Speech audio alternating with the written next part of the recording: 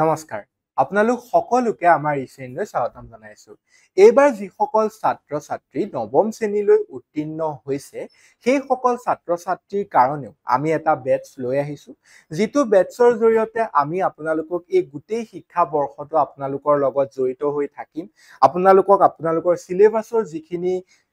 Content বা যিখিনি subject wise গোটেই বস্তুখিনি আপোনালোকক পঢ়াম আৰু আমাৰ মেইন লক্ষ্যটো কি হ'ব যে আপোনালোকৰ 9 ৰ পৰা 10 লৈ পোৱা যেটো ফাইনেল এক্সাম হ'ব সেই ফাইনেল এক্সামটোত যাতে আপোনালোকে এটা ভাল স্কোৰ কৰিব পাৰে এটা ভাল ৰিজাল্ট কৰিব পাৰে যাৰ জৰিয়তে কি হ'ব এই ভাল ৰিজাল্টৰ জৰিয়তে আপোনালোকে এটা ভাল পাৰ্সেন্টেজৰ সৈতে ক্লাস 10 লৈ আপোনালোক উত্তীৰ্ণ হ'ব পাৰিব গতিকে সেই কাৰণে আমি আপোনালোক সকলোৰে সহায় সহযোগিতা নিশ্চয়কৈ আশা কৰিছো গতিকে এইখিনিকে কৈ আজি আমি ক্লাসটো আগবঢ়াইছো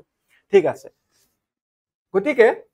সকলোৱে নিশ্চয় গম পাইছে আমাৰ যি সমাজ বিজ্ঞান বিষয় তাৰ ইতিহাসৰ আপোনালোকলৈ নিশ্চয়কৈ এতিয়া এটা ক্লাস আগবঢ়োৱা হৈ গল তাত আমি আপোনালোকৰ যিটো হিষ্ট্ৰীৰ ফাৰ্স্ট চেপ্টাৰ আছিলে ভাৰতবৰ্ষলৈ ইউৰোপীয় সকলৰ আগমন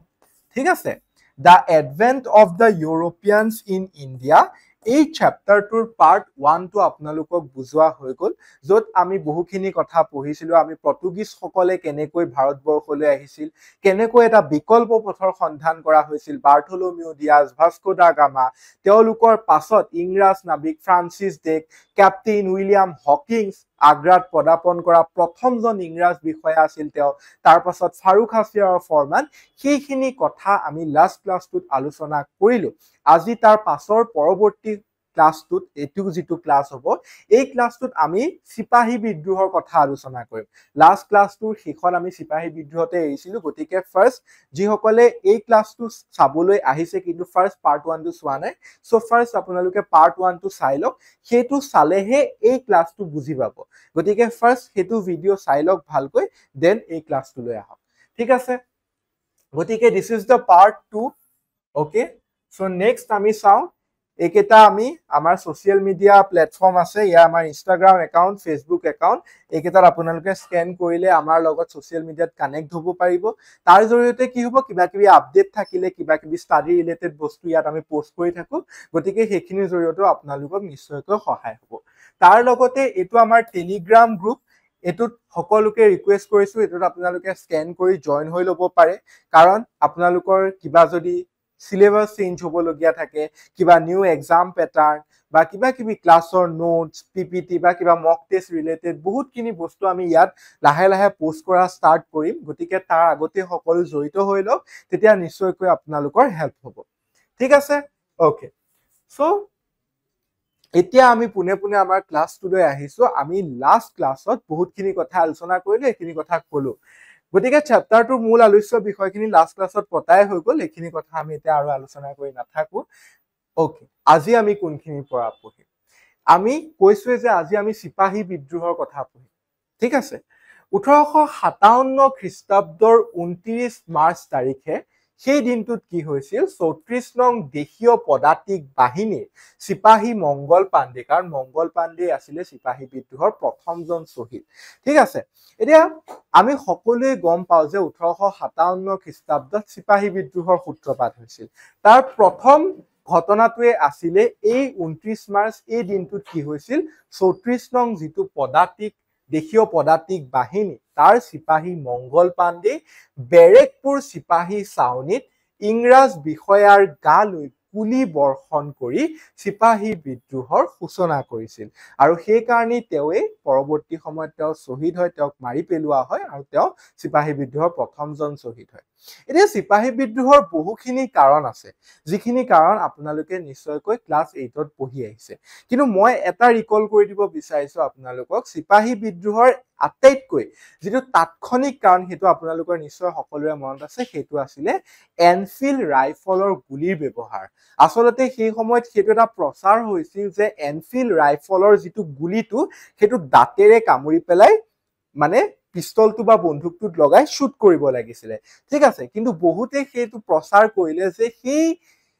যেটো গুলি সেই গুলিটো গৰু আৰু গাহৰি চৰ্বিৰে তৈয়াৰী এতিয়া গৰু আমাৰ হিন্দু ধৰ্মৰ লোকৰ কাৰণে অভক্ষ্য আৰু গাহৰি ঠিক তেনেকৈ মুছলমান ধৰ্মৰ লোকসকলৰ কাৰণে অপক্ষ সেইকাৰণেই মূলত ই কাৰণটোৱেই কাৰণ আমাৰ ইণ্ডিয়াখন আমাৰ ভাৰতখন এনেও ধৰ্মক লৈ বহুত এখন চেঞ্চিটিভ কাণ্ট্ৰি চ' এই বস্তুটো যেতিয়া এনেকৈ প্ৰচাৰ হ'ল ইয়াত কিমান সঁচা মিছা সেইখিনি আমি ক'বলৈ নাযাওঁ কিন্তু এই বস্তুটো যেতিয়া প্ৰচাৰ হ'ল তেতিয়াই তাৎক্ষণিকভাৱে যি অতদিনে এই ইংৰাজসকলৰ শাসন তেওঁলোকৰ দুৰ্ব্যৱহাৰ ইয়াৰ বিৰুদ্ধে জ্বলি থকা যিকুৰা জুই এই জুইকুৰাত ঘিউ ঢালিছিল বুলি ক'ব পাৰি এই তাৎক্ষণিক কাৰণটোৱে আৰু এই জুইকুৰা উত্তপ্ত হৈ চিপাহী বিদ্ৰোহত পৰিণত হৈছিলে ঠিক আছে এতিয়া এই মংগল পাণ্ডেৰ লগতে তেওঁৰ এই পহৰাদাৰ ঈশ্বৰ পাণ্ডেকো দোষী সাব্যস্ত কৰি দুয়োকে প্ৰাণদণ্ডৰে দণ্ডিত কৰাৰ ঘটনাত সমগ্ৰ উত্তৰ ভাৰত জুৰি এই বিদ্ৰোহটো বিয়পি পৰিছিল আমি এইখিনি কথা জানোৱেই এই চিপাহী বিদ্ৰোহ পৰৱৰ্তী সময়ত সমগ্ৰ উত্তৰ ভাৰতলৈ এই বিদ্ৰোহটো বিয়পি পৰিছিল ঠিক আছে 1835 খ্ৰীষ্টাব্দত কোম্পানীৰ মুদ্ৰাৰ পৰা মোগল সম্ৰাটৰ নামটো আঁতৰাই দিয়া হ'ল ঠিক আছে এতিয়া সেইটো এটা খুব গুৰুত্বপূৰ্ণ কাৰণ আছিলে 1835 খ্ৰীষ্টাব্দত ইয়াত কোম্পানী মানে আপোনালোকৰ ইষ্ট ইণ্ডিয়া কোম্পানীৰ কথা কোৱা হৈছে ঠিক আছে এতিয়া সেই কোম্পানীৰ যিটো মুদ্ৰা সেই মুদ্ৰাৰ পৰা ইষ্ট ইণ্ডিয়া কোম্পানীয়ে কি কৰিলে মোগল সম্ৰাটৰ নামটো আঁতৰাই দিলে ঠিক আছে আৰু একে সময়তে ৰাজকীয় পাৰ্চী ভাষাক উচ্ছেদ কৰি শাসনযন্ত্ৰত ইংৰাজী ভাষা প্ৰচলন কৰাৰ প্ৰতিক্ৰিয়া হিচাপে ভাৰতীয়ৰ মনত অশান্তি আৰু অসন্তুষ্টিৰ পৰিমাণ বাঢ়ি গৈছিল এনেকুৱা বিভিন্ন কাৰণ দেখা দিছিল ইয়াৰ ভিতৰত এইটো এটা খুব গুৰুত্বপূৰ্ণ কাৰণ 1835 খ্ৰীষ্টাব্দত এই কোম্পানীৰ মুদ্ৰাৰ পৰা মোগল সম্ৰাটৰ নামটো আঁতৰাই দিয়া দ্বিতীয়টো যি পাৰ্চী ভাষাৰ পৰিৱৰ্তে ইংৰাজী ভাষাৰ প্ৰচলন কৰা ৰাজকীয় ভাষা হিচাপে ঠিক আছে লৰ্ড ডেলহাউচিৰ প্ৰতিক্ৰিয়াশীল যি শাসন সেই শাসন ব্যৱস্থাই সকলো ধৰ্মাৱলম্বী ভাৰতীয়ৰ মনত অশান্তিৰ পৰিমাণ দুগুণ বঢ়াই তুলিছিল আৰু যাৰ ফলস্বৰূপে বিখ্যাত চিপাহী বিদ্ৰোহৰ সূচনা হৈছিল সেইখিনি কথা আমি কৈছোৱে মূলত The Revolt of 1857 বা 1857 খ্ৰীষ্টাব্দৰ চিপাহী বিদ্ৰোহ ডান এইখিনি ঠিক আছে ইয়াৰ পাছতেই চিপাহী বিদ্ৰোহৰ ফলাফলৰ কথা যদি আমি আলোচনা কৰিবলৈ যাওঁ প্ৰথমতে আমি আলোচনা কৰিব লাগিব সাংবিধানিক পৰিৱৰ্তনৰ কথা এতিয়া আমি সকলোৱে জানো চিপাহী বিদ্ৰোহ 1857 খ্ৰীষ্টাব্দত সংঘটিত হোৱা যি চিপাহী বিদ্ৰোহ সেই বিদ্ৰোহৰ আটাইতকৈ গুৰুত্বপূৰ্ণ ফলাফলটো এইটোৱে আছিলে যে তাৰ পৰৱৰ্তী বৰ্ষতে 1858 খ্ৰীষ্টাব্দত আমাৰ ভাৰতবৰ্ষৰ শাসনভাৰ ইংৰাজ ইষ্ট ইণ্ডিয়া কোম্পানীৰ হাতৰ পৰা তুলি নি ইংলেণ্ডৰ ৰাণীৰ প্ৰত্যক্ষ শাসন ব্যৱস্থালৈ গৈছিল এতিয়া আমি এই বস্তুখিনিকে আমি বিভিন্ন ক্ষেত্ৰত ভাগ কৰিছো প্ৰথমতে আহিলে সাংবিধানিক পৰিৱৰ্তন যে চিপাহী বিদ্ৰোহৰ যি ভয়ানক হেন্দুলনি সেই হেন্দুলনিয়ে ইংলেণ্ডবাসীৰ মনত ইংলিছ ইষ্ট ইণ্ডিয়া কোম্পানীৰ প্ৰতি তীব্ৰ ব্ৰিটিছনা ভাৱৰ সৃষ্টি কৰিছিল বুলি আমাক কৈছে বিদ্ৰোহৰ মাজেদি প্ৰকট হৈ উঠা যি ভাৰতীয়ৰ ক্ষোভ যন্ত্ৰণা বিদেশী শাসকৰ বিৰুদ্ধে ভাৰতীয়ৰ মনত গঢ়ি উঠা যি গভীৰ অসন্তুষ্টিৰ যি মনোভাৱ আক্ৰমণ প্ৰতি আক্ৰমণৰ ঘটনাই সৃষ্টি কৰা ভয়ানক হত্যাকাণ্ডই ইংলেণ্ডবাসীকো চিন্তিত কৰি তুলিছিল যে এই যিটো চিপাহী বিদ্ৰোহৰ প্ৰভাৱ আমি ইয়াৰ পৰা বুজিব পাৰো এই প্ৰভাৱটো কেৱল মাত্ৰ ভাৰতবৰ্ষতেই নহয় ইংলেণ্ডতো দেখা পোৱা গৈছিলে ঠিক আছে নেক্সট এতিয়া ব্ৰিটিছ সংসদে 1858 খ্ৰীষ্টাব্দৰ সেই দিনটোৰ সেই খ্ৰীষ্টাব্দৰে 2 আগষ্ট তাৰিখে ঠিক আছে মন কৰিব এই লাইনটো ব্ৰিটিছ সংসদে 1858 খ্ৰীষ্টাব্দৰ 2 আগষ্ট তাৰিখে ভাৰত চৰকাৰ আইন বা যাৰখনক আমি গভৰ্ণমেণ্ট অফ ইণ্ডিয়া এক্ট বুলি কওঁ এখন কিমান চনত প্ৰণয়ন কৰা হৈছিল 1858 এই দিনটোত এই আইনখন প্ৰণয়ন কৰা হৈছিল ভাৰত চৰকাৰ আইন বা গভৰ্ণমেণ্ট অফ ইণ্ডিয়া এক্ট আৰু এই আইনে ইংলেণ্ড চৰকাৰক পোনপটীয়াকৈ ভাৰত শাসন কৰাৰ ক্ষমতা দিছিল যিটো কথা আমি এইমাত্ৰ ক'লোৱে আৰু সেই আইনখনৰ জৰিয়তে কৰা হৈছিলে সেইখনে আছিলে 2 আগষ্ট 1858 খ্ৰীষ্টাব্দত ব্ৰিটিছ সংসদত গৃহীত হোৱা government of India act 1858 or Bharat চৰকাৰ আইন 1858 ঠিক আছে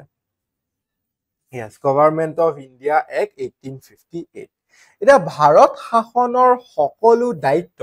ইংলেজ চৰকাৰৰ হাতত ন্যস্ত কৰাৰ ফলস্বৰূপে কোম্পানীৰ আমূলত ভাৰতৰ সৈতে জড়িত হৈ থকা যি নিয়ন্ত্ৰণ পৰিষদ যাক আমি বোৰ্ড অফ কণ্ট্ৰোল সঞ্চালক সভা কোৰ্ট অফ ডাইৰেক্টৰ্ছ কৰ্তৃত্বৰ অৱসান ঘটিছিল যিহেতু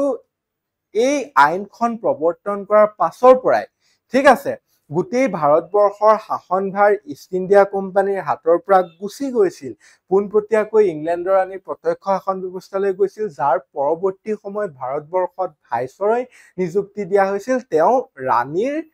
আমি কি ক'ব পাৰো শাসনৰ অধীনত এজন ভাৰতৰ সচিব হিচাপে তেওঁ কাম কৰিছিল বা তেওঁ প্ৰধান হিচাপে কাম কৰিছিলে ভাইচৰয়জনে গতিকে যেতিয়াই শাসন ইষ্ট ইণ্ডিয়া কোম্পানীৰ হাতৰ পৰা গুচি গ'ল তাৰ ফলস্বৰূপে কি হ'ল এই কোম্পানীৰ আমূলত থকা যি নিয়ন্ত্ৰণ পৰিষদ বোৰ্ড অফ কণ্ট্ৰোল সঞ্চালক সভা কোৰ্ট অফ ডাইৰেক্টৰ্ছৰ কৰ্তৃত্বৰ অৱসান ঘটিছিল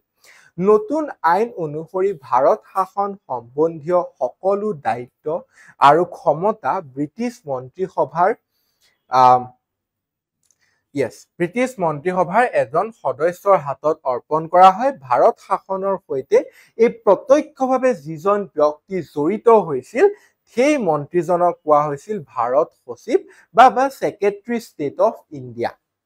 ঠিক আছে আৰু ভাৰত সচিবক সহায় কৰিবৰ কাৰণে 15 জনীয়া সদস্যৰে সৈতে এখন পৰিষদ গঠন কৰা হ'ল এতিয়া কি হ'ল কোম্পানীৰ হাতৰ পৰা নিয়ন্ত্ৰণ পৰিষদৰ কৰ্তৃত্ব হেৰালে তেওঁলোকৰ হাতৰ পৰা সঞ্চালক সভা গুচি গ'ল তাৰ পৰিৱৰ্তে কি হ'ল এজন ভাৰত সচিব নিযুক্ত কৰা হ'ল ছেক্ৰেটাৰী অফ ষ্টেট আৰু এই ভাৰত সচিবজনক সহায় কৰিবৰ কাৰণে 15 জনীয়া সদস্যৰে সৈতে এখন পৰিষদ গঠন কৰা হয় ঠিক আছে নেক্সট এতিয়া যিখন 1858 খ্ৰীষ্টাব্দৰ 2 আগষ্ট তাৰিখে ব্ৰিটিছ সংসদত গৃহীত হোৱা যিখন ভাৰত চৰকাৰ আইন সেই আইন অনুসৰি ভাৰতবৰ্ষৰ যি সৰ্বোচ্চ শাসনকৰ্তা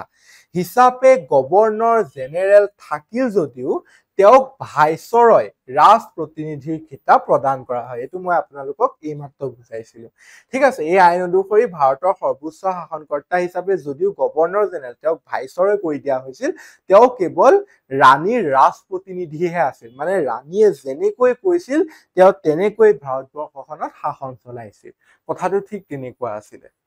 ঠিক আছে এতিয়া ভাৰত চৰকাৰ আইনখন বলবৎ হোৱাৰ পিছত 1858 খ্ৰীষ্টাব্দৰ 1 নৱেম্বৰ তাৰিখে এলাহাবাদত এখন দৰবাৰ আয়োজন কৰি ভাইচৰয় লৰ্ড কেনিঙে সেই সময়ত নিজকে মহাৰাণী ভিক্টোৰিয়াৰ ৰাজ প্ৰতিনিধি বুলি ঘোষণা কৰিছিল এইটো খুব ইম্পৰ্টেন্ট পইণ্টটো হাইলাইট কৰি থব বা নোট কৰি লওক এই পইণ্টটো স্ক্ৰীনশ্বট এখন মাৰি ল'ব পাৰে যে কি কৈছে 1858 খ্ৰীষ্টাব্দৰ 1 নৱেম্বৰ তাৰিখে অলৰেডি ভাৰত চৰকাৰ আইন গৃহীত হৈ গ'ল তাৰ পাছতেই এলাহাবাদত এখন যি দৰবাৰ অনুষ্ঠিত হৈছিল তাত সেই সময়ৰ ভাৰতবৰ্ষৰ ভাইচৰয় আছিল লৰ্ড কেনিং তেওঁ কি কৰিলে নিজকে মহাৰাণী ভিক্টোৰিয়াৰ ৰাজ প্ৰতিনিধি বুলি ঘোষণা কৰি পোনপটীয়া ভাৰত শাসনৰ প্ৰথমখন ঘোষণা পত্ৰ পাঠ কৰিছিল কাৰণ পোনপটীয়া এই বুলিয়ে কৈছে ইয়াৰ আগলৈকে প্ৰত্যক্ষ শাসন ব্যৱস্থা আছিল শাসনৰ মূলত আছিল ইষ্ট ইণ্ডিয়া কোম্পানী কিন্তু এই আইনৰ জৰিয়তে প্ৰত্যক্ষ শাসন হ'ল ভাৰতবৰ্ষৰ ইংলেণ্ডৰ ৰাণীৰ জৰিয়তে আৰু এই ঘোষণাৰ মাজেদি ভাৰতীয় প্ৰজা আৰু দেশীয় শাসকৰ মনত সৃষ্টি হোৱা যি অশান্তি আৰু সন্দেহ আদি আঁতৰাবলৈ বিচৰা হৈছিল ঠিক আছে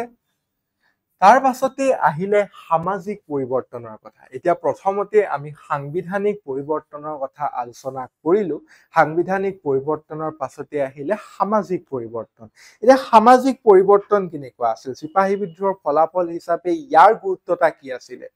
যে বিদ্ৰোহৰ পৰোক্ষ ফল হিচাপে ভাৰতীয় সমাজত থকা যি সামন্তযুগীয় স্থবিৰতা তাৰ অৱসান ঘটিছিল আৰু আধুনিক প্ৰাচাত্য সংস্কৃতিৰ প্ৰতি ভাৰতীয় সকল আকৰ্ষিত হৈছিল এক কথাত এই যি 1857 খ্ৰীষ্টাব্দৰ চিপাহী বিদ্ৰোহ এই বিদ্ৰোহৰ পিছতেই ভাৰতীয় সমাজখনত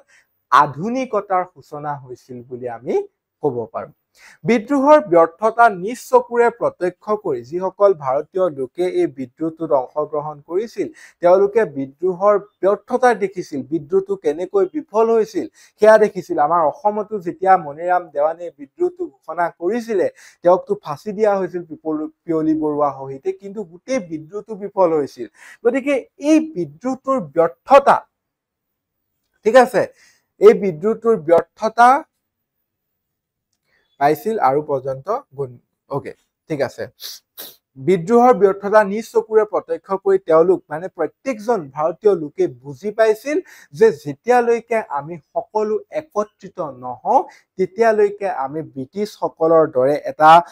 যথেষ্ট শক্তিশালী ৰাজশক্তিক আমি কেতিয়াও তেওঁলোকৰ লগত যুঁজিব নোৱাৰো বা তেওঁলোকক পৰাস্ত কৰিব নোৱাৰো। আৰু চিপাহী বিদ্ৰোহৰ পিছত ব্ৰিটিছ চৰকাৰৰ যি প্ৰত্যক্ষ শাসন সেই শাসনে ভাৰতীয়ৰ মনত ক্ৰমান্বয়ে একতাৰ ভাৱ জগাই তুলিছিল। বিভিন্ন জাতি জনগোষ্ঠী সম্প্ৰদায়ৰ মনত আমি ভাৰতীয় জনগণ এনে এক চেতনা জাগ্ৰত কৰিছিলে। ঠিক আছে, আমি ভাৰতীয় জনগণ, ভাৰতীয়সকলৰ এই যি ঐক্যবদ্ধ চেতনা তাৰ বিপৰীতে ইংৰাজ শাসকে গ্ৰহণ কৰা নীতিটো কি আছিলে? ভাগ কৰা আৰু শাসন কৰা। এইটো মই আপোনালোকক ক্লাছত পঢ়াই থাকো, বুজাই থাকো। ইংৰাজৰ গোটেই যদি 200 বছৰীয়া শাসনৰ প্ৰেক্ষাপটটো আপোনালোকে চাই তাতো আপোনালোকে দেখা পাব মেইন তেওঁলোকৰ পলিচিটোৱে আছিলে সেইটোৱে, ডিভাইড এণ্ড ৰুল, ভাগ কৰিম তাৰ পাছতহে শাসন কৰিম। যদি আমি ভাৰতীয় লোকক ভাগ কৰি দিব নোৱাৰো তেতিয়া সেই একত্ৰিত শক্তিয়ে যে ব্ৰিটিছসকলক পৰাস্ত কৰিব সেই কথাটো ব্ৰিটিছসকলে উপলব্ধি কৰিব পাৰিছিল। সেইকাৰণে তেওঁলোকৰ মেইন এইটো নীতি পলিচি যি কওক এইটো মনত ৰাখি থওক, most important, ভাগ কৰা আৰু শাসন কৰা, ডিভাইড এণ্ড ৰুল। ডান?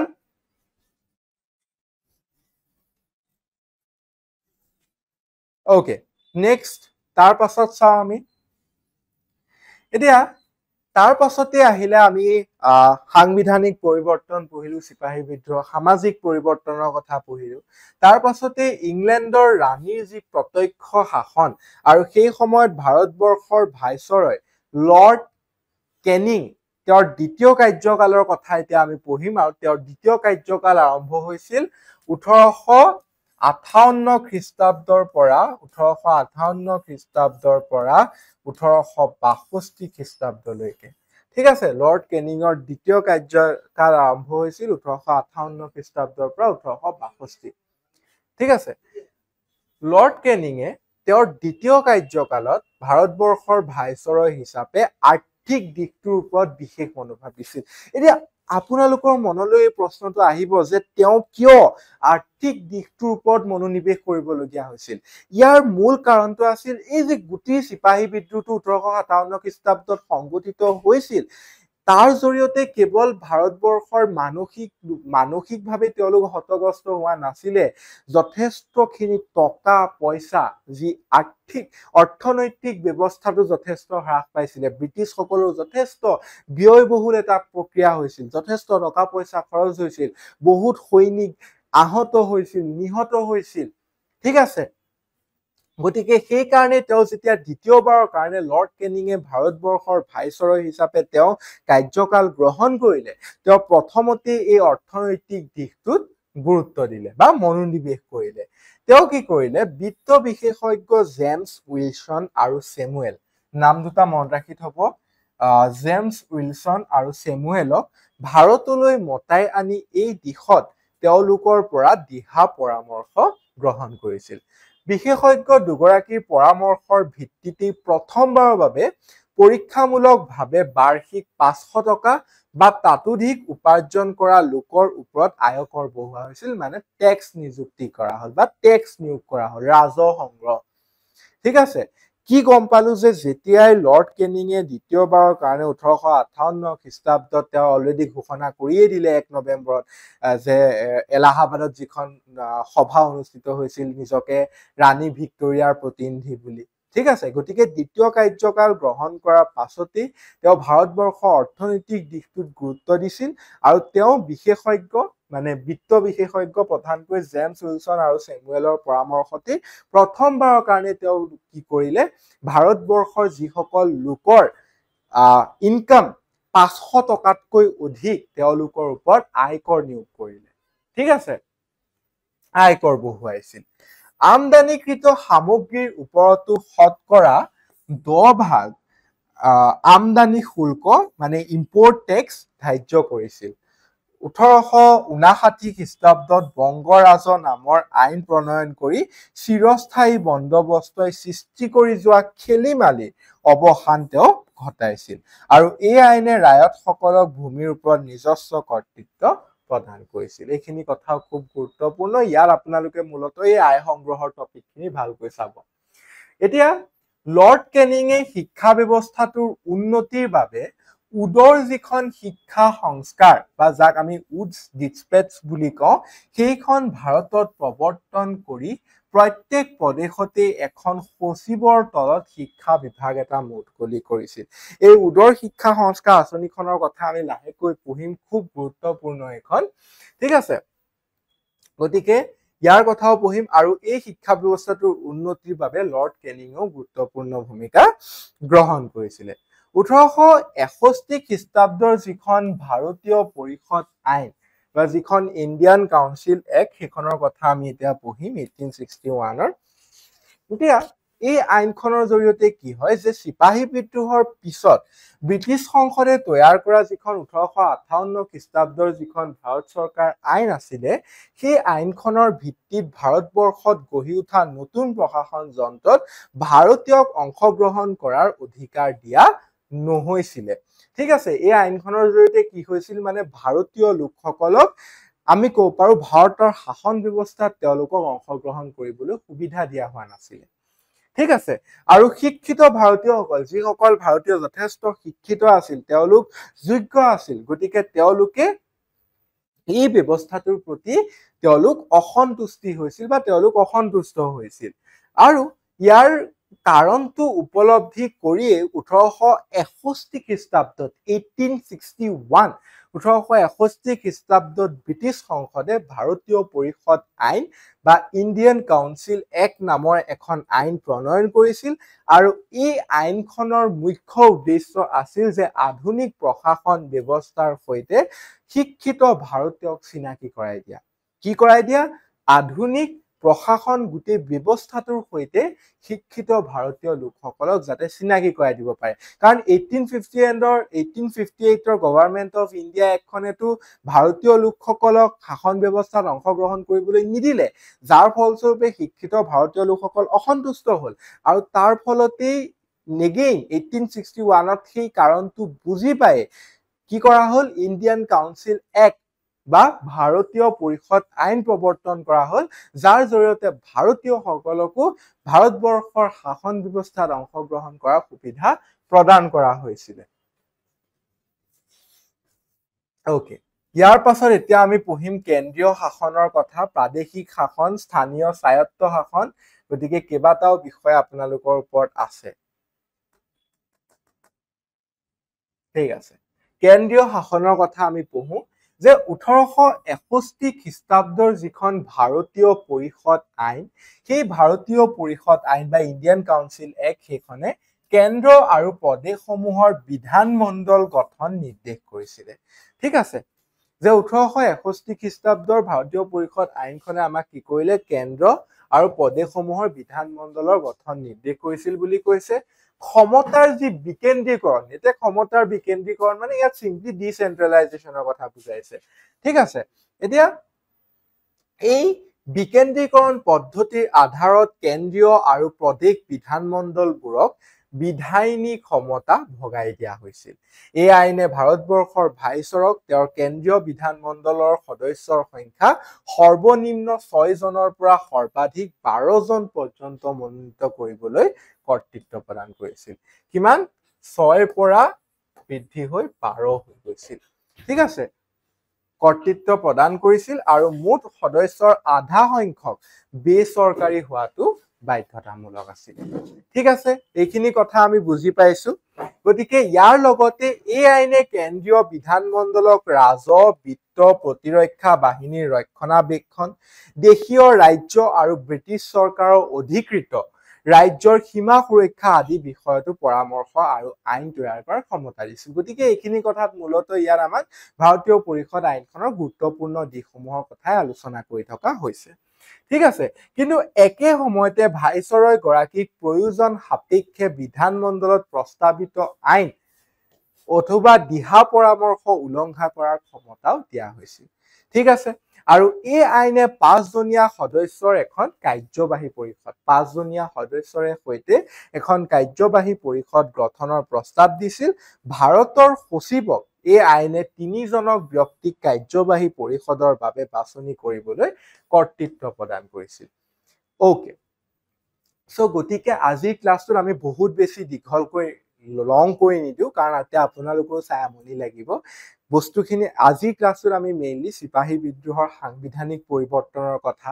তাৰ সামাজিক পৰিৱৰ্তনৰ কথা, আৰু অলপমান আমি ভাৰতবৰ্ষৰ সেই সময়ৰ ভাইচৰয় লৰ্ড কেনিঙৰ দ্বিতীয় কাৰ্যকাল 1858 পৰা 1862,